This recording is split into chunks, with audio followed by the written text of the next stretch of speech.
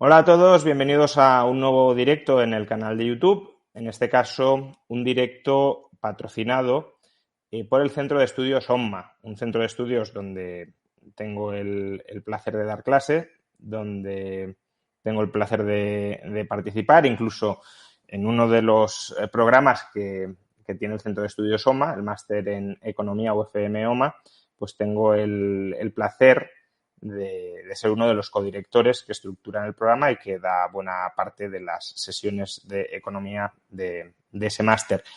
Pero hoy vamos a hablar no tanto sobre este otro máster, por cierto que empieza mañana, el de economía, y todavía hay algunas plazas por si alguien se quiere apuntar. No vamos a hablar tanto del máster de economía, sino que vamos a hablar del otro programa que tiene el Centro de Estudios OMMA, que es el primer programa con el que nació esta escuela de negocios, que es un programa que ya ha superado las 20 ediciones y del que además han salido muy buenos inversores. Me estoy refiriendo al máster en Value Investing y Teoría del Ciclo Económico. Y para hablar sobre esto, para hablar sobre inversión siguiendo la filosofía del Value Investing, pues he traído a una de las personas que yo creo que están sobradamente más capacitadas y más legitimadas para hablar sobre este asunto en España y en buena parte del mundo, diría yo, que es Iván Martín. Buenas tardes o buenas noches. Buenas tardes, Juan Ramón. Iván Martín es director de inversiones de Magallanes Value Investors, fondo que además hace unos días recibió el premio Morningstar al mejor fondo de renta variable español. O sea que no solo tenemos una persona que sabe de teoría del value investing, sino sobre todo de la práctica, la aplica diariamente y con mucho éxito. Y además, Iván también es exponente del máster en Value Investing y Teoría del Ciclo Económico, que como podéis ver ahí empieza el próximo 12 de mayo, por si os queréis apuntar. Pues eso, bienvenido Iván, es un placer tenerte por este canal. Muchas gracias.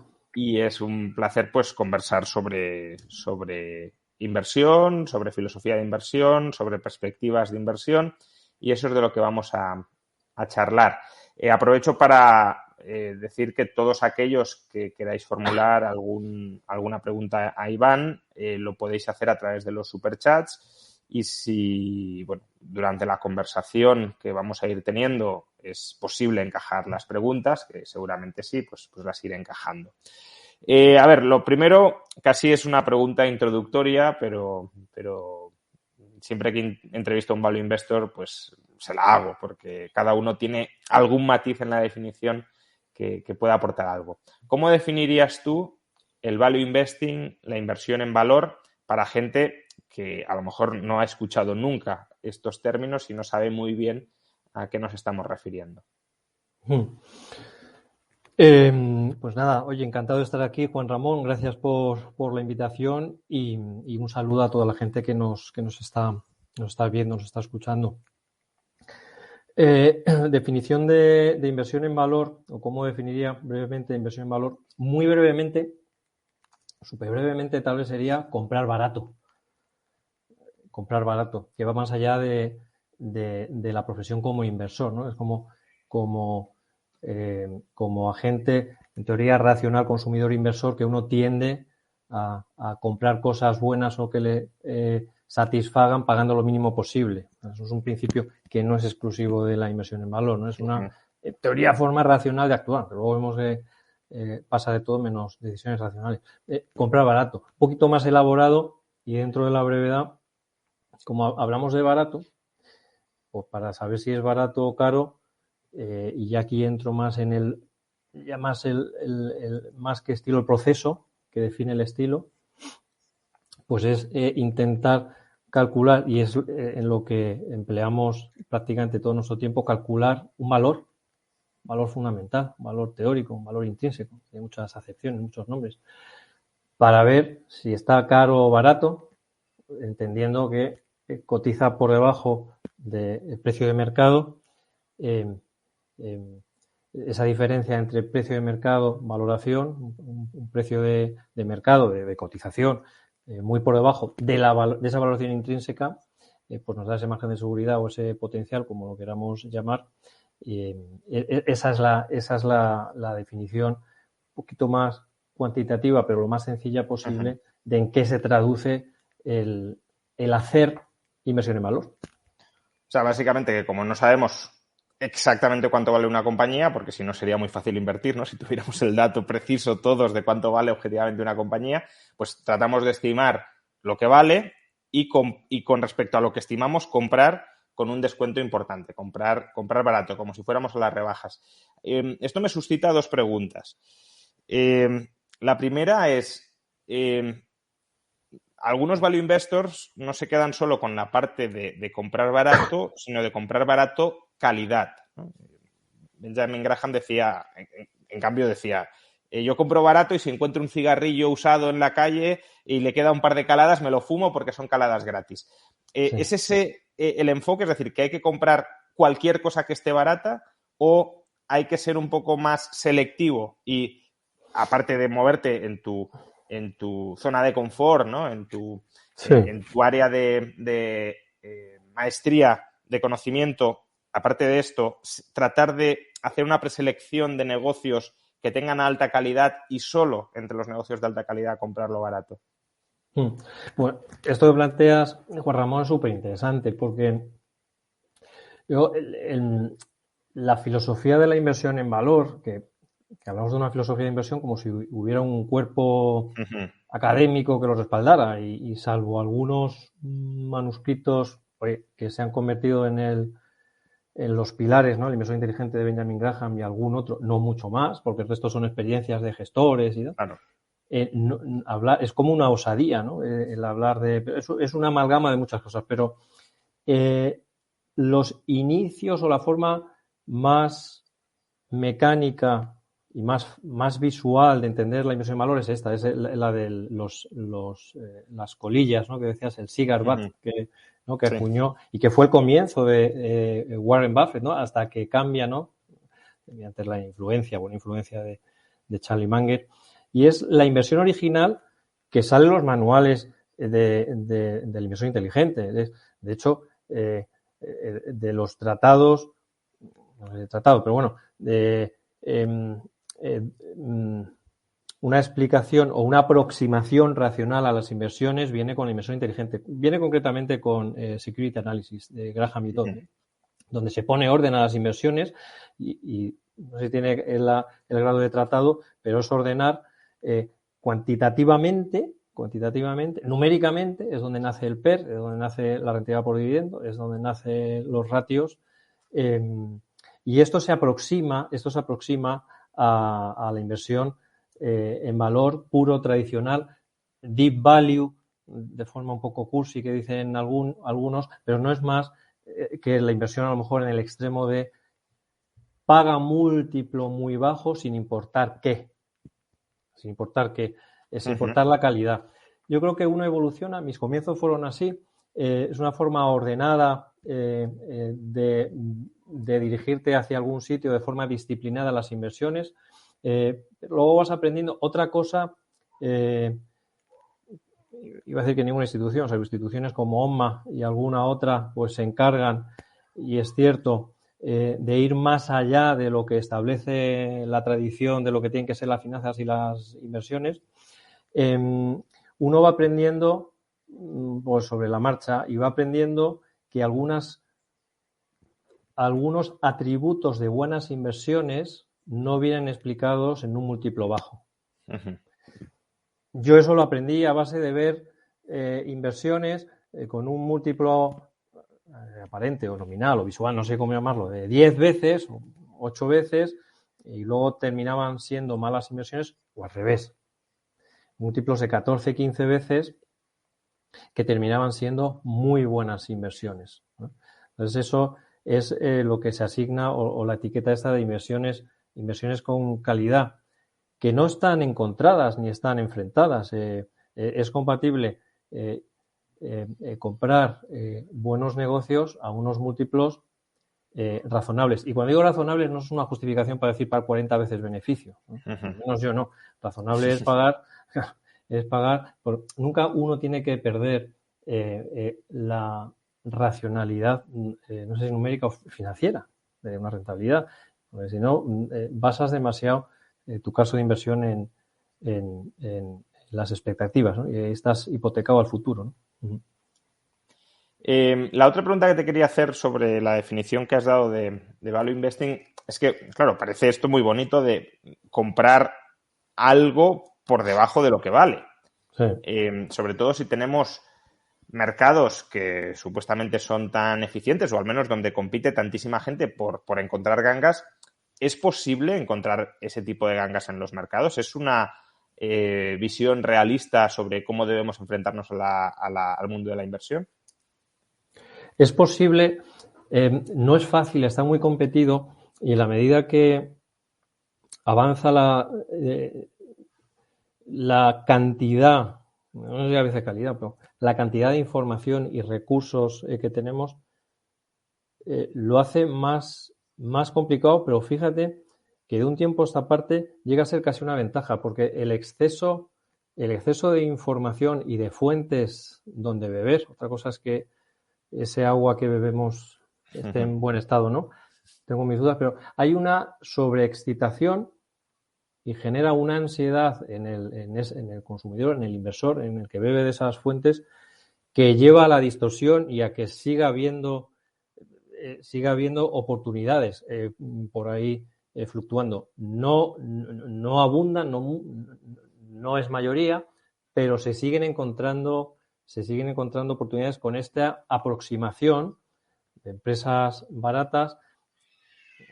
Lo que incides en lo de barato, y tienes toda la razón del mundo. Sí, conceptualmente, en cierto sentido del mundo, ¿por qué no somos todos inversores en valor? Es validísimo. Esto vale 100, está cotizando por lo que sea 50. Oye, es doblar. No entiendo por qué no. Porque no solo va de números, es condición necesaria, no suficiente per se. Entonces aquí entran atributos, circunstancias, momentos, percepciones, que es otra una pata muy importante que entra en la ecuación, que esto no es matemática pura, esto no es aritmética pura, y eso explica la pata de no sé cómo llamarlo, no cuantificable, no cuantitativa, no financiera, no de 1 más 1 son 2, es la que permite a día de hoy, con toda la información que tenemos, que existan, iba a decir, que existan gangas, ¿no? Que existan oportunidades. La oportunidad no se ve ex ante, se ve ex post. Como muchas de las cosas que suceden, ¿no? Uno llega a la conclusión de que, hablar de una compañía, Inditex es una gran compañía ex post. El análisis se hace ex post. Cuando sale a bolsa y capitaliza, pues no recuerdo, no quiero decir una barbaridad, pero una 10ª parte, una 20ª parte, muchísimo menos de lo que es hoy, no había consenso generalizado de que es una empresa de calidad, con un management extraordinario, con un modelo de negocio a prueba de disrupciones. No digamos Amazon, ¿no? Por ejemplo. Bueno, claro, Amazon es un terreno donde yo no soy experto en Estados Unidos, es meramente observador, observo mucho por la profesión, no invierto ahí, pero es un buen ejemplo, ¿no? Donde hay un consenso generalizado en que si hay un modelo de negocio exitoso es el de Amazon, pero es un análisis bastante ex post. En base a la información que tenemos, decimos, oye, qué visionario, qué bien ha salido, y uno difumina u olvida los riesgos y las eventualidades que esta persona y grupo de personas pues ha llevado a cabo para que esto salga, ¿no? Ya se me viene a la cabeza, no me quiero desviar mucho, Juan Ramón, pero se me viene a la cabeza el libro de Philip Knight, el de Nunca te pares, que habla de esto. Uno se da cuenta, es muy divertido, muy entretenido de leer, yo lo recomiendo, y tú te das cuenta, bueno, una de las cosas que sacas de ahí, o que yo quiero sacar, vamos, que me gustaría que la gente cuando lo leía se diera cuenta, es el análisis ex ante, ex post. tú ves las vicisitudes de Phil Knight para sacar lo que hoy es Nike, que poca gente, bueno, Nike, no sé, esto también te pones muy elaborado. Nike, bueno. Hoy hay un consenso organizado que esto es un claro éxito, una marca reconocida. Yo animo a leer por los vericuetos que pasa, las decisiones que tiene que tomar totalmente ajenas a cualquier MBA de la mejor universidad. Estoy seguro que muchas de las decisiones que toma este hombre rodeado de su equipo eran contrarias totalmente a lo que te dice el MBA, no quiero decir nombres, pero uno de los MBAs más top. Entonces, uno se da cuenta que es un cúmulo, no de suerte, porque esto no va de suerte, sino de experiencia acumulada que te da ese olfato. Cuidado, no es olfato. A ver qué pasa, que creo que hay que ir por ahí. Una acumulación de experiencias genera un conocimiento que difícilmente lo vas a aprender y te lleva a tomar unas decisiones que bajo los cánones tradicionales y sobre todo académicos o en algunos foros académicos, pero ¿qué estás haciendo? Estás loco, ¿no? Y sin embargo, esto te lleva al éxito. Claro, Expos dice, claro, es lo que tenía que hacer. Claro, tenía que cambiar el nombre de la marca. Claro, tenía que suministrar. Claro, tenía que retar a Adidas, que era... Claro, está claro. No está tan claro. Pero bueno, no quiero desarrollarlo Sí, mucho bueno, por ahí, pero... Esto que comentas, que nos daría para hablar de muchas otras cosas, está muy relacionado con lo que los austríacos llaman conocimiento teórico y conocimiento práctico. Una cosa es el conocimiento teórico formalizado científico y otra es el conocimiento práctico, que es mucho más intuitivo, contextual y que además no se puede descifrar directamente del conocimiento teórico abstracto y general, ¿no? Y claro, muchas veces a un economista le dicen, bueno, si eres tan buen economista, ¿por qué no eres rico? Bueno, a lo mejor es muy buen economista, puede ser el mejor economista del mundo y no ser rico, porque son dos mundos, no diré radicalmente distintos, pero sí muy separados. Y de la misma manera, un buen inversor, un buen empresario, a lo mejor no sabe nada, ni tiene por qué saber absolutamente nada de economía teórica. Por ejemplo, Amancio Ortega, ya que has hablado de Inditex, probablemente no sepa demasiado de economía formal, pero es que no lo ha necesitado para generar o para crear una supercompañía. Sí, es interesante lo que dices porque mira, nuestra forma de invertir y un poco creo que también es generalizado, puesto que no hay un cuerpo teórico que diga esto es value investing, esto no es, pues me tomo mis libertades, pero por lo menos personalmente en nuestro caso en Magallanes el proceso de inversión en valor nos lleva a hablar con equipos directivos, ¿no? Entonces conocemos muchos equipos directivos, es una parte importante, aunque aquí es un componente psicológico, ¿no? Psicológico, ver el pasado, eso no es tan psicológico, es observable, pero cuando conoces el equipo directivo y te das cuenta de esto que comentas, Juan Ramón, pues tienes empresarios que han creado compañías interesantes, prósperas, que han ayudado al progreso, que son, ahora nos llaman, disruptoras, bueno, que hacen las cosas bien y ganan dinero y su marco, y eso no viene soportado gracias a un marco teórico deslumbrante. No sé si me explico. Totalmente, sí, reafirmo lo que tú dices y basado en la observación que hemos tenido nosotros en aquellas compañías bien gestionadas. Yo creo que también son dos tipos como de mentes o de intereses muy distintos, ¿no? El teórico busca la abstracción, el empresario busca lo práctico y lo local y lo contextual. Entonces, también se llevan muy mal. A quienes nos gusta más el planteamiento general, abstracto, universal, digamos recto, sin aristas, pues claro, luego intentas ajustar eso a un caso concreto y a lo mejor no te sale bien. Y al revés, ¿no? El que vive también muy pegado a lo que ve, a lo que palpa, a lo que mama, luego a lo mejor tiene más difícil para ver el marco general, pero es que tampoco lo tiene por qué necesitar para aquello que está haciendo absolutamente tan bien, ¿no? Por no, vamos, podríamos seguir sobre esto, ya digo, mucho rato, pero por avanzar. Vale, ya hemos más o menos especificado qué es el value investing o cómo defines tu value investing y cómo lo contrastarías, ¿no? Porque a veces también las definiciones se perfilan más cuando las definimos a la contra, ¿no? ¿Cómo lo contrastarías el value investing con otros estilos de inversión? Por ejemplo, el growth investing. ¿Cuál sería la diferencia entre ambos? Sí.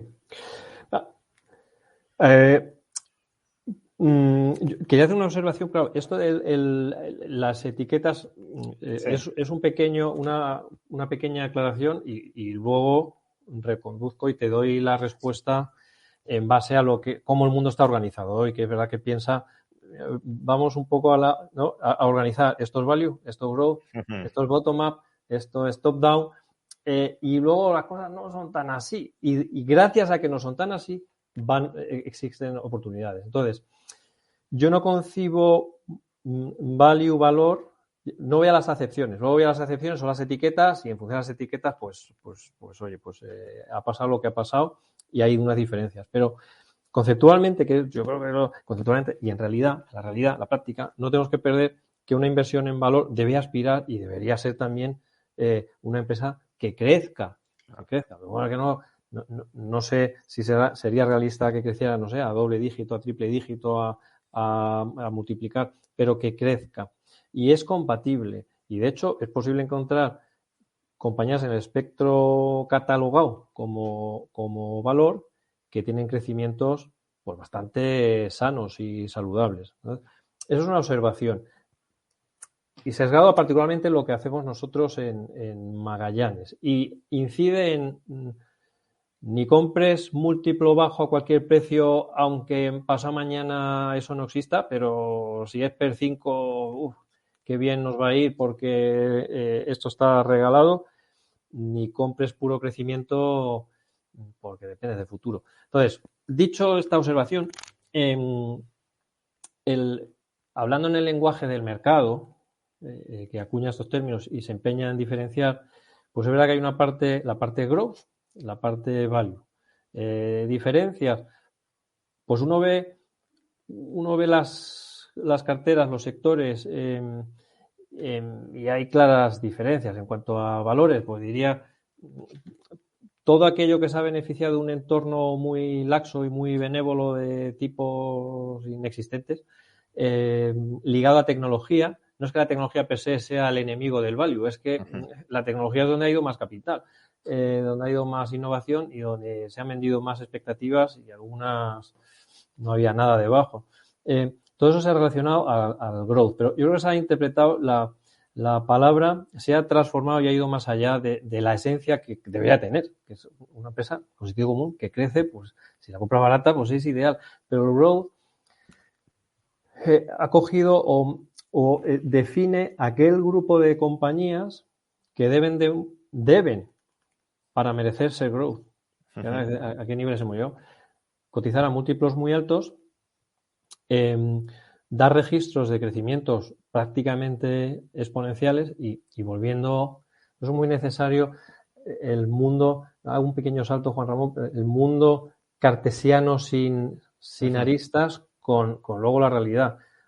Uno que debe tener una base, un fondo de armario y algo más que un fondo de armario de mente cartesiana y darse cuenta de los límites de los números, un crecimiento exponencial, pues es difícil que se mantenga muchos años. Existe, pueden existir unos años, pero mantenerlo en el tiempo, uno tiene que darse cuenta de estas cosas. Pero bueno, el mercado, como tiene un cariz miope, pues a esta parte del mercado más growth, con múltiplos altos crecimientos exponenciales, pues ha dado por supuesto que esto pues iba a ser así sine die o ad eternum. Entonces, se han creado estas dos patas, múltiplos altos, expectativas de hacer las cosas muy bien, de crecimientos altos, una pata y la otra pata más valor, más tradicional, más aburrida, más ligada a unos sectores muy concretos que han sido totalmente olvidados y se ve ahora en eventos como el conflicto bélico, COVID-19, salen, afloran, no es que lo hayan causado, sino que salen por causa afloran algunos de estos desequilibrios. Y luego ya, en términos de atributos, en términos de porque también hay que definirlo desde el punto de vista de filosofía del gestor, entidad gestora, el value del growth. Nos centramos en qué sectores y yo creo que el enfoque, posiblemente la culpa es nuestra de los inversores, vamos a hablar de las compañías y de los sectores, pero son circunstanciales. Hoy a lo mejor una compañía de barcos es value y mañana es growth. Sí, sí. Hoy una tecnológica es growth y mañana es value. Nosotros en Magallanes hemos comprado empresas tecnológicas. Y digo, bueno, pero eso es growth. Bueno, cuando la compramos estaba a PER 8. Hoy está intocable. Entonces, desde el punto de vista de atributos, creo que es más interesante la aproximación value growth, porque son son características muy diferenciables, ¿no? Que unas se parecen más a lo que es invertir, lo que se entiende por invertir, y otro más a invertir con expectativas / especulación sin connotación negativa, si eso puede ser. Bueno, pues puede ser, quiero decir, que lo quiero expresar así. En una tú compras con esa gran cosa que es barato, pero bueno, compras barato, lo más racional posible, eres paciente, factor temporal, ser paciente te lleva a tener que esperar. A veces, cuando el caso de inversión no va a tu favor, te obliga a ese largo plazo. Los inversores en valor decimos el largo plazo, pero es que en muchas ocasiones hay que ser honesto. Necesitamos el largo plazo porque en base a esa racionalidad casi cartesiana pura, compramos barato y tarda muchísimo en cristalizar. La inversión growth, la característica es que va con el momento actual. Oye, esto que funciona, esto que va bien, esto que hay consenso generalizado en que cambia el mundo y es revolucionario y es disruptor, aunque esté a PR87, voy con esto. Y el periodo medio de permanencia aquí, pues a lo mejor son unos días o unos meses. En contra, la inversión en valor, nosotros particularmente, Magallanes, el periodo medio de permanencia está en torno a los 6 años. No sé otros fondos growth, pues no me lo sé todo, pero vamos, animo a que la gente lo mire y el periodo medio de permanencia medio ha caído drásticamente. Entonces, son algunos atributos que yo creo que ayudan a definir más cuando uno se enfrenta al mundo de las inversiones, bien como cliente inversor, bien como inversor a título personal, pues que está bien identificar, ¿no? esas atribuciones a lo mejor. Mencionabas, pues, bueno, en cierto modo, el growth podríamos decir que es comprar caro con respecto a la situación actual, pero con la esperanza de que sea barato con respecto a lo que hará en el futuro, y el value, pues, es comprar barato incluso con respecto a lo que la empresa ya hace y ya constituye hoy, más allá de que también pueda seguir generando valor en el futuro, ¿no? Quizá el enfoque value parezca un poco más racional, más intuitivo, más aplicable incluso a nuestro día a día, que es, como decíamos antes, pues intentas, cuando vas a comprar al supermercado, pues aplicas un enfoque value, por ejemplo, ¿no? Es decir, intentas comprar las cosas que veas que estén baratas con respecto a lo que tú consideras que valen realmente. Pero lo cierto es que durante muchos años el enfoque value ha estado casi defenestrado frente a un growth absolutamente triunfante, con rentabilidades bastante más altas de los fondos growth, los value pues casi medio escondidos, aparentemente deprimidos, no porque sois gestores que creéis en lo que hacéis, pero si alguien hubiese aplicado el enfoque value sin creer exactamente en lo que hacía, pues probablemente hubiese liquidado tempranamente, habría perdido. De hecho, por ejemplo, tenemos un partícipe en vuestro fondo que dice: los inversores de Magallanes hemos sentido de todo, desde el dolor, pena, angustia hasta la esperanza y la recompensa. Vaya viaje para conocerse a uno mismo. Cada día tengo más fe en vosotros. Pero, claro, eso es una sensación que probablemente hayan pasado muchos durante los últimos años. Entonces, de nuevo, ahora ex post, porque ex ante, pues lo decíais que iba a pasar esto, pero claro, muchos no lo creían, porque lo que sucedía es que el growth subía y el value no. Entonces, ahora ex post, ¿cómo valoramos lo que ha sucedido durante los últimos años? ¿Por qué el value no fue tan bien y el growth fue tan bien? ¿Y por qué ahora están empezando a cambiar las tornas? Bueno, el comentario que leo Samuel, me parece, tengo que agradecerlo, porque esto anima mucho a todos los que hemos pasado por estas experiencias, que como veis no hablamos de números ni de valor intrínseco. Iba a decir, no va de eso, claro que va, pero se pierde el foco y se centra todo en la matemática, en el valor intrínseco. Uno emocionalmente dice: no, yo tengo paciencia, yo así. Y es lo que marca la diferencia, es lo que hay que trabajar. No sé si es innato o trabajado, pero hay que pasar por ello, y lo he descrito muy bien. Pero hacemos reflexiones al tema emocional.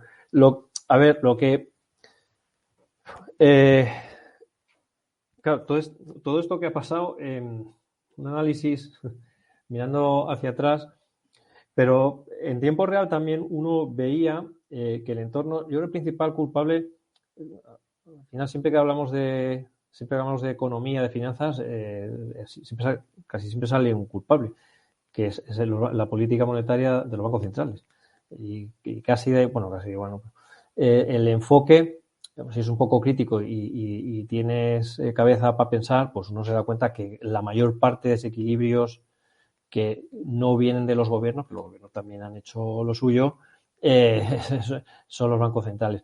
Y esto ha tenido unas repercusiones, ha tenido unos tentáculos muy alargados que ha tocado decisiones de inversión de lo más inverosímil o variopinto. Y esto tiene que ver, volviendo a las etiquetas del el valor y el growth, el value y el growth, a esa dispersión en términos históricos, que se lleva a términos históricos, ¿no? Donde el growth ha triunfado, muchísimo más allá de lo razonable, ni siquiera justificable por la inexistencia de tipos de interés, y el value se ha deprimido hasta la casi desaparición. En términos reales hablo de algunos sectores, nada representados, ¿no? Entonces, la no existencia de tipos de interés ha llevado a una de las peores decisiones sistemáticas de inversión, pues que yo recuerde que haya vivido seguro y que haya leído casi seguro. Donde el inversor, el decididor, el que toma la decisión, el asignador de capital, empresario es decirle mucho a algunos de ellos, pero el que ha asignado capital a tipos cero, dos cosas, tipo cero y mucho. Claro, pues con una oleada de emprendedores, también es decir mucho, pero bueno, que es emprendedores con startups, y no quiero ser crítico ácido porque ha habido muchas startups, ha habido muchos proyectos, ha habido empresas que nos han cambiado la vida para bien, la productividad. Estamos hablando a través de estas tecnologías. No quiero, este vive la edad de bronce, entonces no se da cuenta de las cosas. Pero relato la observación, lo que he observado en muchas empresas que se han quedado por el camino, pero que gracias a estos tipos de interés cero, a esta abundancia de dinero, a esta falta de coste de oportunidad, si queremos interpretar los tipos de interés como coste de oportunidad, ¿cuánto vale algo? ¿Cuánto me puede costar algo? Pues si el listón lo bajas al nivel de superficie, pues pasa a todo el mundo. Y si tú ayudas con tipos de interés negativos, es decir, que empujas y te das todo lo que quieras y más, pues lleva a tomar decisiones que dices, pues ¿por qué no voy a invertir en este proyecto? Eso ha llevado a un movimiento de, no sé cómo llamarlo, placa tectónica importante, donde el dinero ha volado en masa, masivamente, hacia todo tipo de proyectos que te prometieran algo. Y lo quiero decir, esto sí roza un poco lo ácido, cínico por parte de estos emprendedores, todo aquello que cambiara el mundo, ¿no? Y algunos decían sin importar la cuenta de resultados. Por favor. Pero era así, y es así, pero es que todo lo hemos leído, hemos visto, yo quiero cambiar el mundo, hacer esto mejor. Sí, yo también, yo tengo 4 hijos, yo quiero que este mundo esté mejor, claro que sí. Pero se ha escudado ahí, se han tomado unas decisiones, y la realidad es que ese dinero, aunque era muy abundante y regalado, no que se extrayera, pero no iba a una parte de la economía que hemos visto hoy, estamos viendo los 2 últimos años, que sin ella no podemos vivir, nos guste o no. Y aquí no es juicio de valor, ni es crítica, es una realidad. Hay una parte de la economía real donde ha habido una falta de inversión estructural. Y esto es medible, y hay datos, nosotros lo vemos en las empresas. Hay un dato que seguimos, que en alguna de las cartas nos hemos hecho eco para reflejar esto que ha salido ahora a la luz cuando los tipos de interés cambian, cuando hay un coste de oportunidad, cuando sucede los cuellos de botella, COVID, conflicto, y es una forma de ver la falta o el exceso de inversión en determinadas industrias, el ratio que hemos hablado en más de una ocasión, depreciación sobre CAPEX, ¿no? Sobre el nivel de inversión. Depreciación sobre CAPEX. Este es el ratio que se hace para ver esto de forma así muy breve. Teóricamente, volvemos a lo teórico, pero es que hace falta lo teórico para tener una referencia. Una compañía en funcionamiento, una compañía cuando se constituye, en teoría es para infinito, en teoría. Es difícil aquellas que viven más de 50 años o 40. Si quiere aspirar a mantener sus factores de producción al día, por decirlo coloquialmente, debe invertir tanto, al menos, aquello que gasta, aquello que deprecia contablemente, luego también contablemente hay tratos y tratos, ¿no? Sí. Entonces, ese ratio tiene que ser 1, ¿no? Más o menos, ¿no? 1. Bueno, ese ratio viene bajando sistemáticamente y no ha sido por los conflictos, la volatilidad y las disrupciones que estamos viviendo ahora. Durante unas décadas viene cayendo sistemáticamente, donde el nivel de depreciación, o mejor dicho, el nivel de inversión, o CAPEX, que es el palabra financiero, Capital Expenditures, ¿no? El gasto, la inversión en factores productivos, principalmente maquinaria, etcétera, no supera, no acompasa, ni supera, ni acompasa, está por debajo de lo que se gasta. Entonces, ¿esto en qué se traduce? En que la capacidad de las empresas ha mermado. ¿Qué empresas? ¿A qué empresas me estoy refiriendo? A una parte donde ese capital que ha ido a un, no quiero decir un mundo mejor, pero a otras cosas que prometían un proyecto o un mundo o empresas con muchísimo crecimiento, expectativas maravillosas, también tratando de emular, que esto es otro sesgo inversor, es la mímesis, el reflejo. Tú ves un caso Amazon y ves un proyecto de plataforma que se le parece y dices, esto a lo mejor es como Amazon. Entonces es un emprendedor que dejó la facultad, que en el garaje hizo no sé qué. Insisto, lo pongo en un lado poco extremo, no es con ánimo de, no sé, de menospreciar, ni muchísimo menos, lo tengo que decir, pero es la dinámica que hemos vivido y ahí ha volado el capital en detrimento de esta parte que sistemáticamente ha estado infrainvertida y que se ha transformado en términos, por méritos propios, en términos de inversión bursátiles en esa parte value. ¿Y a qué me refiero? Pues a bienes de equipo, a energía. Claro, oír hablar de energía, ¿qué energía, no? Pues energía tradicional, no sé si petróleo, gas, minerales, químicas, papel, plásticos, cosas que necesitamos para vivir, para que progrese. Ha habido una falta de inversión y de tal manera que la capacidad de producir por el lado de la oferta en estos sectores pues ha mermado porque no ha ido capital aquí, ¿no? Vamos, por resumir el planteamiento, se ha sobreinvertido en, por simplificar un poco, tecnológicas y se ha subinvertido en la economía real, ¿no? Ya sé que tecnológicas quizás sea un término muy amplio, pero para entendernos, ¿no? En empresas que prometían, como decías, un futuro brillante, pero olvidando el presente que no es tan brillante. Correcto, sí, una síntesis perfecta. Bien, entonces, ese ha sido un desequilibrio que se ha ido ajustando o que se está ajustando ahora. Las tecnológicas, el Nasdaq, pues lleva una depreciación, no sé si del 20% respecto a máximos, y en cambio tenemos empresas pues de toda la vida de la economía real que ahora están repuntando.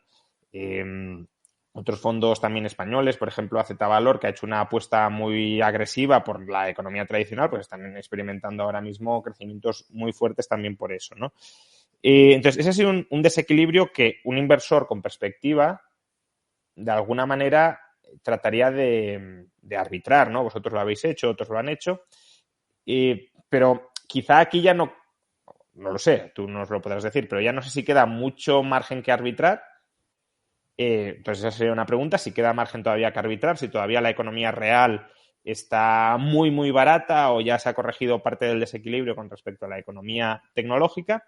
Y la otra pregunta sería, bueno, si ese spread, ese diferencial, ese margen ya se ha arbitrado en gran medida, ¿qué otros desequilibrios detectas que todavía no se hayan corregido y que, por tanto, al menos para olfatear y para prestar algo de atención ahí, puedan ser oportunidades de futuro? Sí, esa pregunta, claro, va directamente a la decisión de inversión que nosotros reflexionamos diariamente, porque es verdad que una parte importante en esa parte del mercado que se arbitró, la palabra sí es arbitrar, efectivamente, pero fíjate, quiero sacar, sin desviar la pregunta que me haces, pero el arbitraje, que hablamos otra vez en términos cartesianos, ¿no? Oye, tú ves un desequilibrio, observas que hay industria, la industria del acero, la industria de papel, ¿no? Culpa de papel, se reduce capacidad sistemáticamente, pero ves que la demanda sigue creciendo. Las razones, y uno, que no hace falta ser un inversor, ni value, ni growth, sino estar en este mundo, leer la prensa, estar al tanto y ver que hay decisiones gubernamentales, políticas, de reducir capacidad en determinados sectores porque se consideran obsoletos o contaminantes, o el papel. En España tenemos un claro ejemplo, en norte de España se cierra capacidad de papel, pero vemos que el mundo no puede vivir sin papel y de hecho la demanda, eso es un ejemplo, ¿no? Entonces uno observa eso, ve cómo puede aprovecharse, se puede usar esta expresión, de ese desequilibrio, identifica unas empresas, aplica ese arbitraje, compra esas empresas en el fondo, las compras baratas con unas perspectivas de crecimiento, puesto que hay un desequilibrio, hay una oferta muy limitada y que se está reduciendo y una demanda sólida. Pero vamos al tema psicológico. Eso no es garantía que mañana por la mañana, al abrir el mercado te lo vaya a reconocer. Claro. Uno, lleva tiempo. Y aquí entran los factores psicológicos que hablábamos antes, que uno dice, pues efectivamente, igual este sector está en declive y va a desaparecer o se va a cerrar y a lo mejor mañana nadie va a consumir acero o petróleo. Ya está. Sobre todo si las tecnológicas, ¿no?, cambian tanto el mundo, pues claro, a lo mejor sí. Claro, el papel es un ejemplo claro. Si ya todo lo vamos a hacer digital, pues a lo mejor no necesitamos tanto papel. Pero fíjate qué cosas, porque el papel DIN A4, la demanda, hombre, no sube a un 50%, pero sube. ¿No? No sé, finales del año pasado leía que papel de impresión para libros, hay carestía, se cerra tanta capacidad. Ya no vamos a leer libros físicos. Yo detrás de ti, Juan Ramón, veo unos cuantos libros. Y yo bueno, arriba... tengo que sacar este año mi libro sobre Marx, o sea que espero que quede papel para poderlo editar. Yo creo que compramos libros y no, son cosas de gente mayor, tradicional, clase. Bueno, nosotros, no sé, y yo veo mis hijos leen libros físicos. Bueno, esto es una observación. Entonces, se dan por hecho cosas, ¿no? No sé si se llama narrativa, el consenso, tiene que ser así. Los medios, la mayoría de medios que uno lee, pues son muy de consenso. El papel ha muerto. El petróleo desaparece. Las plataformas cambiarán el mundo. Dogmas de fe casi, y entonces el mercado, y si sale el representante de una gestora grande mundial que está comprometida con el ESG y dice 3 palabras al respecto, pues ya está bendecido. Entonces, el mercado, que es eficiente y no lo es, lo que es vago, porque coge esa información y la mete en precio. Entonces, papel, se habla de papel, pero por poner un ejemplo, porque se entiende mejor la cosa. Fuera, nada, porque esto ha dicho el representante aquí va a desaparecer, pero no se toma la molestia en ver si hay desequilibrio, si la demanda crece, si eso es necesario para seguir viviendo, si sí o si no. Entonces, esto lo he desarrollado, pues creo que merece la pena que uno ve el arbitraje, lo analiza, estudia la oferta, estudia la demanda, los ciclos de capital de determinadas industrias, que no tiene por qué ser el ciclo económico que se vive, y aquí yo creo que por lo menos la parte nuestra de inversión en valor vive mucho o bebe mucho de identificar ciclos de capital de la industria. Es posible ganar mucho dinero en fertilizantes, como ha sido nuestro caso, cuando la economía pues está en proceso de desaceleración. Sin embargo, hay una... ¿Por qué? Porque nos tomamos la molestia de estudiar el ciclo de capital de fertilizantes. Y ocurrió algo parecido.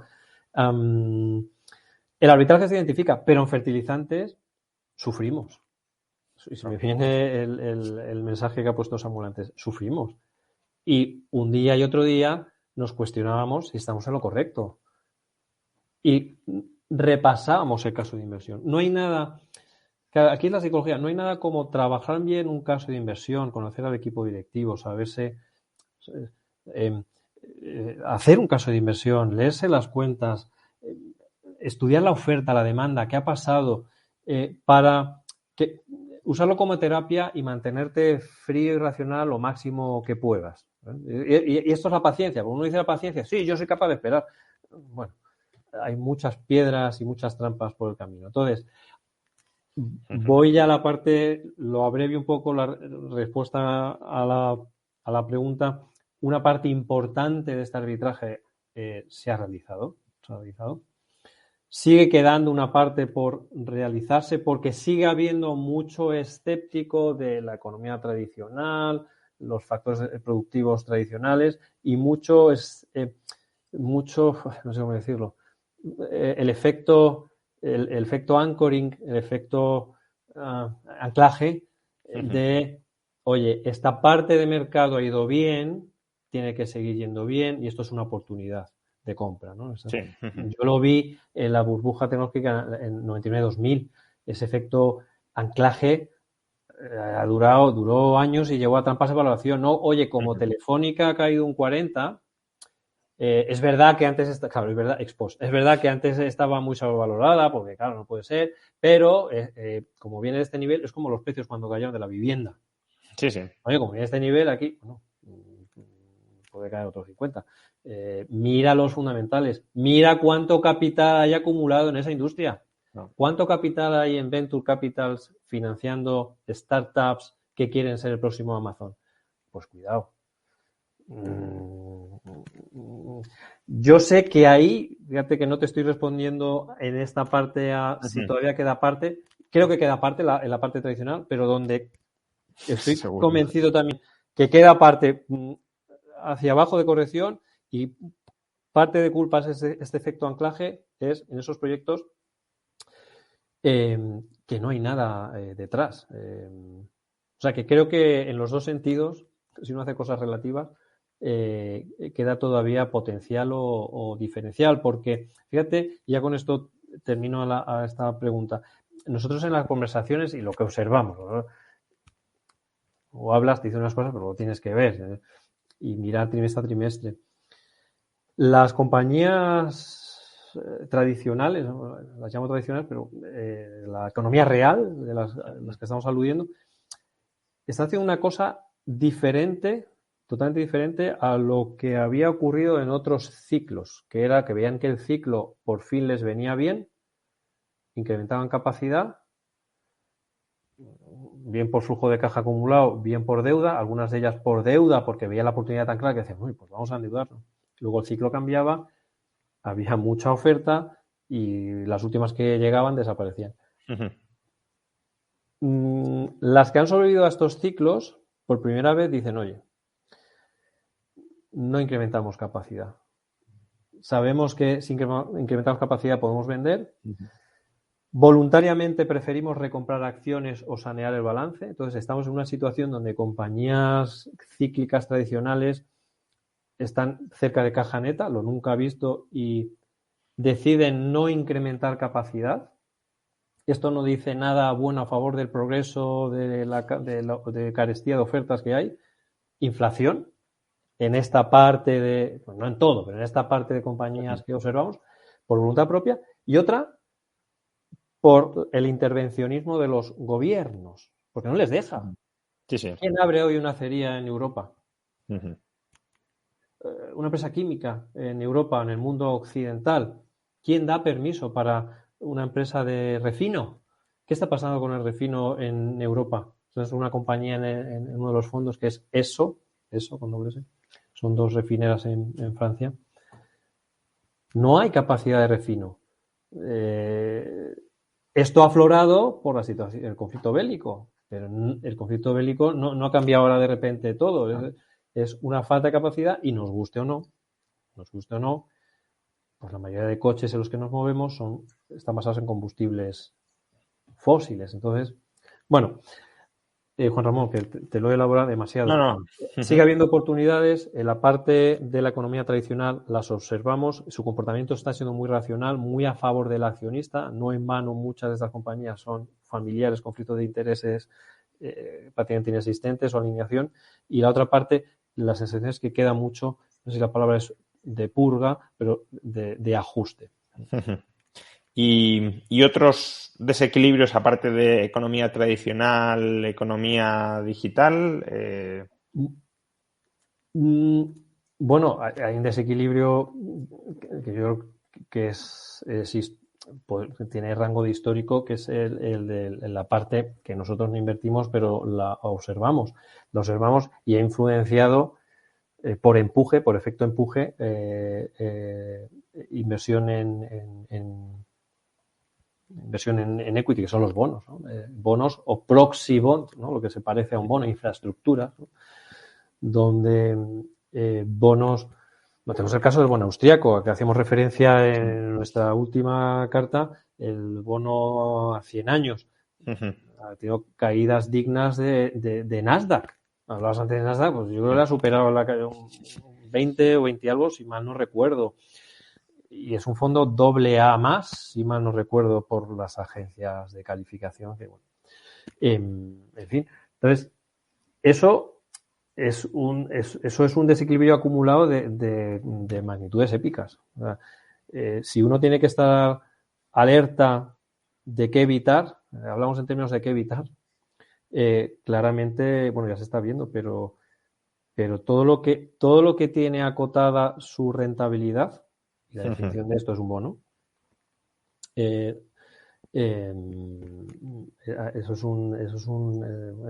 su nombre es una burbuja, ¿no? O Nasdaq en general también, Estados Unidos. Eso es un desequilibrio importante que se está corrigiendo. Bueno, el Euribor lo tenemos ya en 0,13, ¿verdad? Por primera vez en 6-7 años. Esto que se menciona poco, bueno, no sé si se tiene que mencionar mucho o poco, no lo sé. Yo lo observo y yo veo una correlación que es esa existencia de tipos de interés, esa existencia de coste de oportunidad, que el dinero ya no es tan gratis y que alguno dice, oye, es que esta cantidad de deuda o este proyecto que he iniciado o estos bonos que he comprado, es que la alternativa, luego libre de riesgo, hay que ver si es libre de riesgo o no libre de riesgo.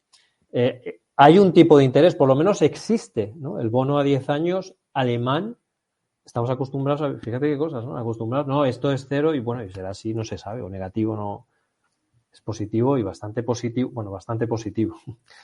Ya que se aproxime al 1 ya es como... Sí.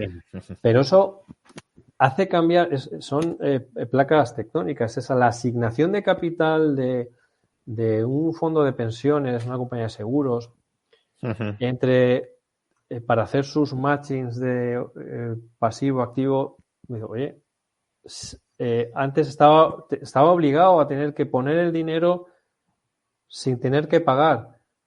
Ahora puedo obtener el dinero, poner el dinero, situar el dinero a 10 años. No tengo que pagar. Me pagan. Fíjate, ¿qué cosas estamos diciendo? Me pagan. Alemania, que en principio, bueno, pues es el que más ordenado está. Oye, dejo de invertir en lo que estaba obligado a invertir, en fondos de infraestructura, en cosas con rentabilidad del 2,5%, en private equity, porque me veía obligado, fíjate, otra vez más, por la situación de tipos de interés inexistentes, a buscar rentabilidad allá donde estuviera, y si no, pues la forzaba un poco y la apalancaba. Entonces, esos desequilibrios se están corrigiendo, y como todo, es que es pendular, ¿no? Los equilibrios no es, oye, el equilibrio está en el centro, ¡pum!, pues me quedo en el centro. Pasas por el centro, estamos hacia el centro y posiblemente pues se vaya más allá, ¿no? Generar oportunidades. Otro desequilibrio del que se habla o se ha hablado mucho tiempo, y en parte bueno, no diré que lo explotáis en el sentido de que no estáis en ambos lados, pero sí lo explotáis en el sentido de que apostáis por uno, es el desequilibrio geográfico. Siempre se dice Europa está muy barata en relación con Estados Unidos, pero esto yo lo llevo escuchando desde el 2007, como poco. 2007-2008 o 2009, si queremos, ¿no? Cuando cae y vuelve a subir la bolsa. Bueno, la bolsa estadounidense no deja de subir, marcando récord tras récord tras récord. Y, en cambio, la bolsa europea, no digamos ya la española, pues es que no ha recuperado los máximos de 2007, al menos en términos nominales y sin contar dividendos. Entonces, ese ajuste, primero, ¿por qué no se produce? ¿Por qué Estados Unidos sigue creciendo? Bueno, los últimos días o las últimas semanas no tanto, pero ¿por qué ha seguido creciendo? Y si prevés que se va a cerrar, y si se cierra porque se hunde Estados Unidos o porque despega Europa. Sí, es una cosa, bueno, para estudiar, para mirar, es una realidad. Hay un factor de base que es el diferencial de crecimiento, y aquí es inevitable hablar de macroeconomía, es el diferencial de crecimiento tanto potencial teórico como real, que ha crecido Estados Unidos comparado con Europa. Ya no te digo, algunas partes de Europa, pues hombre, no sé cuántos, la verdad que no lo sé, 2, 3 puntos por encima, no lo sé, fácilmente, 2. Esto acumulado, anualizado, compuesto durante unos años, pues eso te explica, no te sé decir cuánto, pero un porcentaje muy elevado, porque al final las compañías es el reflejo que los mercados son eficientes e ineficientes. Entonces, cuando les da por ser eficientes, que suele ser en el medio, muy largo plazo, pues al final un mercado bursátil refleja lo que hace su economía. Es que no puede ser de otra manera, ¿no? Esto, Warren Buffett lo decía, si el negocio va bien, si gana dinero, pues la cotización irá detrás tarde o temprano. Pues esto es igual. Entonces, ese es un punto importante y explica una parte elevada. Por la parte méritos y desméritos, yo creo que Europa, el proyecto europeo, pues ha tenido una parte de desméritos importante, ¿no? Con falta de muchas cosas, de unidad fiscal, política, cómo se entiende. Por ejemplo, esto se responde bien, yo lo llevo a mi terreno, que es el de analizar sectores, valores, y cómo veo yo, cómo puedo justificar esos desequilibrios por ejemplos muy concretos. ¿Cómo se entiende la competencia en Europa? Radicalmente opuesto a cómo se entiende en Estados Unidos y en China. Y pongo el ejemplo concreto de las telecomunicaciones. El sector de telecomunicaciones, desde el punto de vista bursátil, en Europa, pues es un desastre. Es un desastre. Están en mínimos históricos, cerca de mínimos históricos. Más que ver Telefónica, France Telecom, Orange, BT, Deutsche Telekom, Italia, etc. La Comisión Europea entiende la competencia de algunos sectores, de algunas industrias, siempre de una forma pues que da a entender que no entiende bien cómo funciona. Y me explico. Algunas industrias no sé si tienen que ser monopolios totales naturales, pero para que funcionen bien, algunas de ellas funcionan mejor si son oligopolios o unos pocos jugadores que de la forma más eficiente pueden invertir, y eso repercute en unas tarifas bastante asequibles para el consumidor. Sin embargo, se entiende de otra manera. Se entiende que cuanto más jugadores haya de telefonía, en este caso, de hecho por país, pues habrá 3 o 4 operadores. Esa es la idea de cuanto más, mejor, porque hay una guerra de precios constante que destruye sistemáticamente valor para el accionista.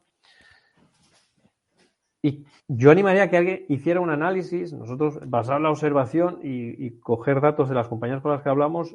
No ha repercutido, no ha redundado en una bajada de tarifas. No tenemos las tarifas, en España no tenemos las tarifas más baratas de telefonía, ni de la oferta cuádruple de internet, de telefonía, de vídeos de Netflix, ni solo móvil. No son prohibitivas, pero no son las más baratas. Porque se ha demostrado que tener 4 operadores lo que beneficia es al último operador, que no voy a decir que está subvencionado, pero sí muy apoyado gubernamentalmente o desde el punto de vista de licencia, de tal manera que a los grandes se les obliga a ceder parte del activo, la industria intensiva de capital, para que lance tarifas a derribo, perdiendo dinero, quitándole clientes al operador que le cede la red, y es verdad que le paga, pero no le compensa. Entonces, así, y no redunda al final en unas tarifas ultra competitivas a nivel europeo. Así se entiende. Vas a Estados Unidos, hay 3 operadores para 300 y pico millones. Las tarifas son muy competitivas, el servicio es excelente y la inversión se ha hecho de forma racional. No hay solape. Encontramos en Europa, España, Portugal, Italia, por ejemplo, hay 2 líneas, ¿no? de fibra en el mismo sitio. O depende de dónde vayas. Entonces, no tiene mucho sentido. Esto es un ejemplo que se traduce en que estas compañías no son capaces, en Europa, de telefonía, no son capaces de cubrir su coste de capital, tienen un yugo de competencia que les afecta y donde el beneficiado es el aspiracional apoyado por un private equity que es oportunístico y se aprovecha de esta situación para luego, al final, que el grande te tenga que comprar, te quitan. Entonces, ¿quién gana dinero ahí? ¿Quién gana dinero? ¿Ganamos dinero tú y yo que tenemos un contrato de telefonía más barato? No, gana dinero que es fenomenal, o sea, que ole por ellos que son avispados, por esos, no sé, empresarios, inversores avispados que ven la oportunidad, oye, y chapó por ellos, ¿no? Bueno, pues eso, así está el juego de telefonía. Eso es un ejemplo, pero como tenemos bancos, ¿no? Empresas petroleras, farmacéuticas, tenemos empresas que hay leyes, de hecho, en Europa, y ya voy un poco más, lo escalo a justificar o a intentar explicar por qué este peor comportamiento sistemático de Europa, porque tenemos méritos propios, que hay países donde hay OPAs, leyes anti-OPAs, ¿no? por interés nacional. Sí. No, esta industria no puede ser por la excusa, o utilizando como excusa COVID algunos gobiernos, como aquí en España, ¿no? Aprobaron leyes de urgencia para evitar OPAs porque la gente no se aprovechara. Bueno, o pesos. Bueno, hay sistemas para bloquear y si no se bloquea, pues ya viene el gobierno y dice que es estratégico. Tenemos el caso de Francia, es muy paradigmático, ¿no? Con OPAs sistemáticas sobre Carrefour. Y se argumenta que Carrefour es crítico para la alimentación de los franceses cuando representa pues, un X%. Bueno, y se anula esa fusión y no pasa nada, ¿no? Claro,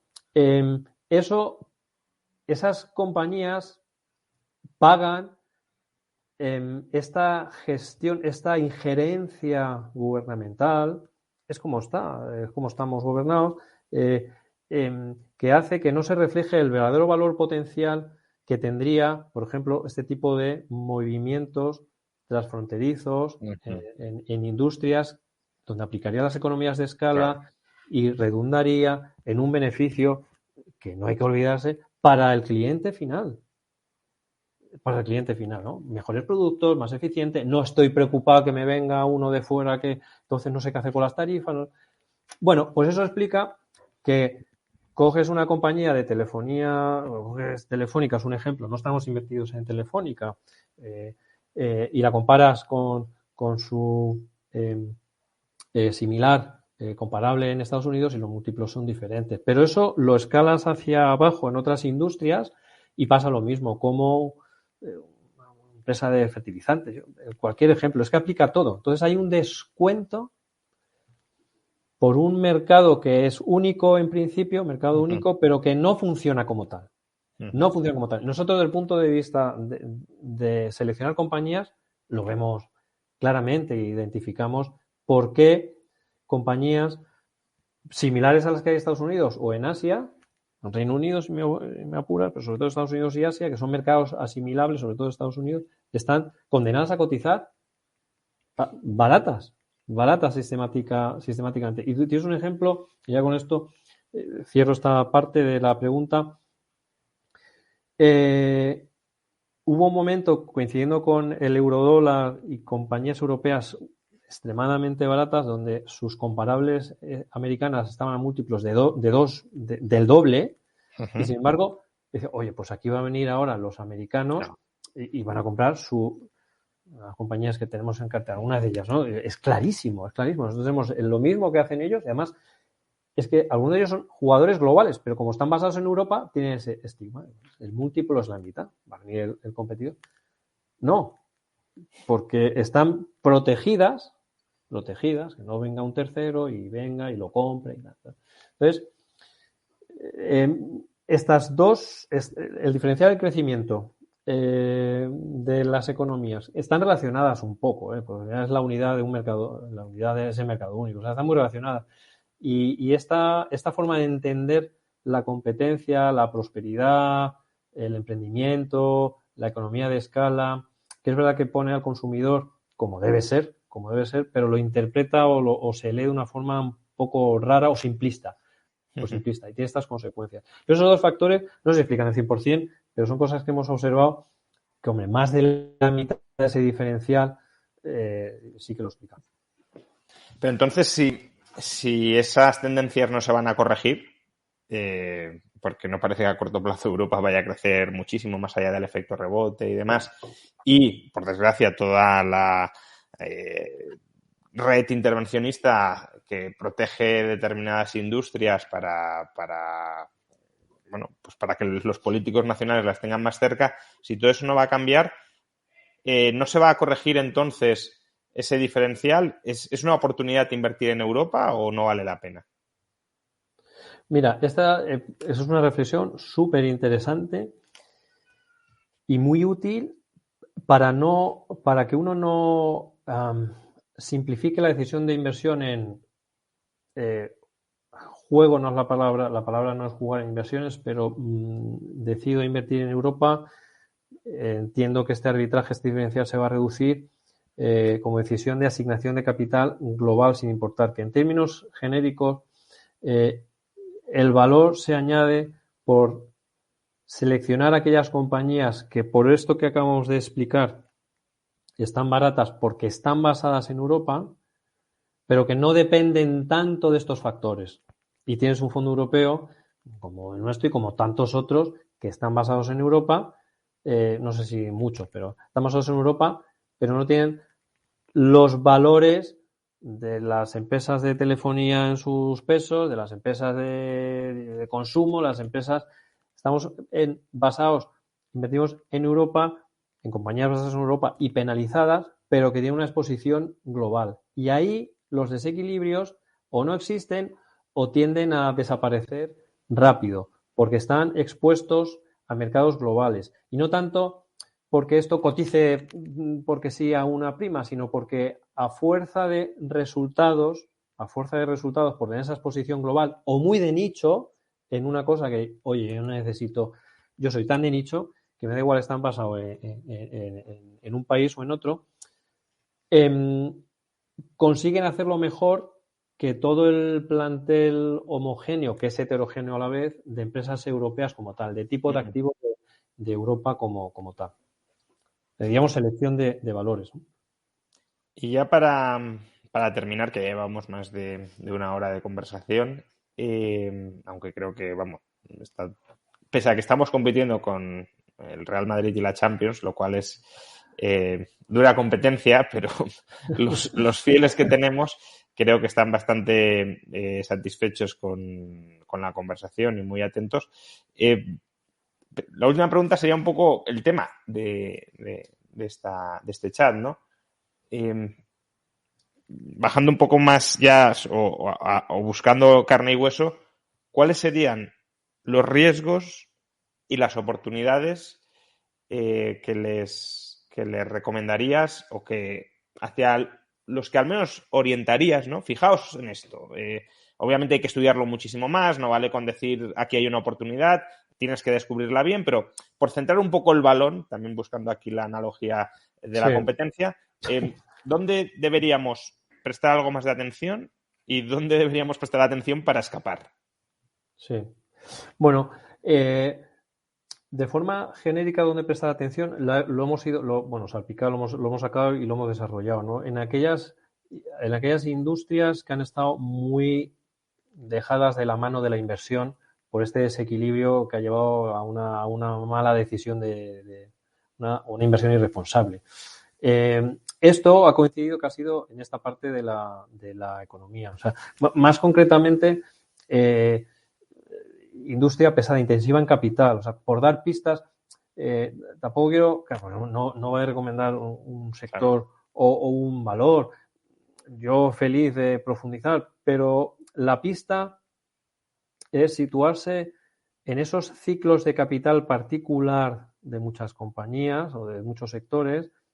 Barcos es uno de ellos, que en la parte de fletes de contenedores pues ha estado bastante, o se ha arbitrado ya bastante, pero hay una parte de transporte de crudo, con los desequilibrios que vemos ahora, donde es imposible mover petróleo y gas de un sitio a otro y no hay otra forma más que por barcos petroleros y barcos petroleros o de productos, los product tankers, ¿cómo se llama? Los refinados, los elaborados, queroxenos, gasolinas, diésel, pues solo hay una forma o pocas formas de moverlo de forma flexible aparte de los gasoductos y barcos a los que hay. Entonces, esto es un ejemplo, ¿no? Tampoco quería concentrarlo porque que no se vaya la gente con la idea de tiene que ser ahí. La pista es identificar esos desequilibrios y ahí sigue habiendo oportunidades porque estos desequilibrios que algunos dicen es cuello de botella por lo que ha pasado. Esto es circunstancial. Esto mañana se va a arreglar. Es como la inflación. No. La inflación se viene fraguando de hace tiempo ya y mañana por la mañana no va a desaparecer de golpe. Irá progresivamente. Pues con los equilibrios pasa lo mismo y esto sigue generando oportunidades. ¿Qué evitar? Bueno, hemos dicho antes, todo lo que tenga que ver con bonos o que se le asimile por flujos de caja a un bono, pues eso es evitar totalmente. Estados Unidos, una parte de Estados Unidos, un Nasdaq, esa parte que cotiza múltiplos, donde realmente es una inversión apalancada. Cuando tú compras solo expectativas, cuando el éxito de la inversión depende casi exclusivamente de lo que pase a futuro, ya que no hay nada malo en eso, sino si haces que todo dependa de factores exógenos, eso también es una forma de invertir apalancada, como si fuera con deuda, estás hipotecándote al futuro, dependes casi exclusivamente del futuro. Bueno, no quiero poner ejemplos, pero ha habido ejemplos de caídas de múltiplos compañías consagradas por el consenso, ¿no? Y nosotros somos consumidores posiblemente de muchas de estas, seguro. Una cosa es que sea una buena compañía y otra cosa es que la valoración sea muy exigente. Es que son cosas diferentes. Y yo seguiré siendo usuario de estas compañías. Entonces, ahí sigue habiendo un riesgo, cosas a evitar. Las expectativas donde están puestas, inversiones apalancadas por expectativas y riesgos, Juan Ramón, aquí, bueno, que la inflación se descontrole, si es que no lo está ya. La renta variable en general, a ver, se lleva bien. Uno en un entorno macro negativo, no muy benévolo, con inflación alta y crecimiento pobre, por experiencias pasadas, por la particularidad que tiene la renta variable, ¿no? Porque es duración infinita y tiene cierta facilidad. Puede pasar precios. Uno históricamente ve que puede aspirar a proteger su dinero en la divisa donde invierte, eso es importante, invirtiendo en bolsa en términos generales. En un entorno de inflación, una buena selección de compañías, pues uno puede aspirar a proteger, incluso a ganar, si son capaces de subir precios más de lo que estamos teniendo ahora. Y riesgo es la inflación descontrolada, que sea tan fuerte que ni los mayores fijadores de precios lo puedan hacer y sin embargo su parte de costes pues se eleve y los márgenes caigan. Es una realidad, se está viendo en valores. Políticas cero COVID en China que estamos viendo, no sé si irracionales, no lo juzgo, es la realidad, pues esto nos lleva otra vez a cuellos de botella que están ocurriendo, ¿no? Los congestiones en Shanghái. El conflicto bélico que dura, no sé hasta cuánto puede durar y las sanciones Las sanciones con la finalidad de hacer quebrar Rusia y castigarla, pues también tiene un efecto rebote o boomerang muy negativo, concretamente en Europa. Son bastantes o algunos puntos de PIB en Europa. Estos son Bueno, ahora riesgos. mismo, solo por poner la cuña, pero bueno, para ilustrar lo que estás diciendo, Rusia ha cortado el gas a Polonia y Bulgaria, claro, eso influye en la capacidad de crecimiento y de generación de riqueza, ¿no? Totalmente. Esos son riesgos que los estamos viviendo. No es nada original por mi parte, pero aquí, pues, dónde estar invertido, dónde no estarlo o dónde evitarlo, pues yo creo que es importante. Yo creo que ahora estamos en una fase de proteger capital más, ahora mismo, más proteger Ujú. capital, de evitar estos impairments, ¿no? Dicen los ingleses, una pérdida de capital que no pueda recuperar, para luego aspirar a poder recuperar. Yo creo que estamos un poco en esa fase de unas carteras en esta tipología de valores que con la inflación se lleven bien o la aguanten, eh, y evitar todo lo que se parezca a bono, aproximación de bono o que sufra mucho con inflación e identificar estos sectores en desequilibrio estructural hasta el momento, ¿no? Y que son necesarios, ¿no? Te había dicho que terminábamos, pero han entrado dos superchats y bueno, pues no me resisto a plantearlos. No sé si alguno lo podrás contestar, pero bueno, vamos con el primero. ¿Algún comentario sobre la bolsa de Reino Unido post-Brexit? Gracias a los dos. Bueno, Brexit tuvo un impacto en términos de valoración que ha perdurado hasta el momento. La bolsa en Reino Unido, en términos agregados, tiene unos múltiplos bastante atractivos. Se ha visto que es uno. Dos, se ha visto que desde el punto de vista macroeconómico Reino Unido es capaz de vivir bien, con crecimientos saludables. No es inmune a lo que está sucediendo, pero tiene una fortaleza por la forma de entender eh, eh, por la forma de organizarse empresarialmente, por los incentivos a las empresas, por ese laissez-faire un poco diferente, que no era razones, de irse, ¿no?, de esa burocracia y de ese entender las empresas y los consumidores de la Unión Europea, pues se fueron por algo, más allá del orgullo patrio, no es otra cosa. Y se ve que las empresas, pues, no se están hundiendo, están ganando contratos, están funcionando y en términos de evaluación es una área geográfica, es interesante. Nosotros tenemos empresas en Reino Unido y estamos viendo alguna otra en Reino Unido porque es interesante. Vale, y la segunda, que es la que no sé si podrás contestar o no, ¿qué opinión tienes de las plataformas crowdgrowing donde se invierte en marihuana medicinal? Pues tengo que ser honesto y yo no estoy capacitado para responder, no tengo una opinión formada, lo siento. Si no se ha estudiado un sector, pues no. Por eso te decía que no, claro, si Mm. si no has mirado el sector, obviamente no vas a poder contestar. Pues lo dicho, muchísimas gracias, Iván Martín, director de inversiones de Magallanes. Recordemos, mejor fondo de Bolsa Española en los premios, nada, hace una semana, que además coincidimos allí, Morningstar Sí, 2022. Felicidades por el premio gracias. y muchas gracias por acompañarnos en esta hora y cuarto, donde bueno, creo que mucha gente ha disfrutado. Bueno, pues para mí ha sido una delicia, Juan Ramón, una maravilla y nada, gracias a ti y gracias a todo el mundo por vernos. Un abrazo fuerte a todos. Gracias. Muchas gracias, Iván. Nos vemos. Y a todos los demás, pues muchas gracias por acompañarnos en esta hora y 20 minutos.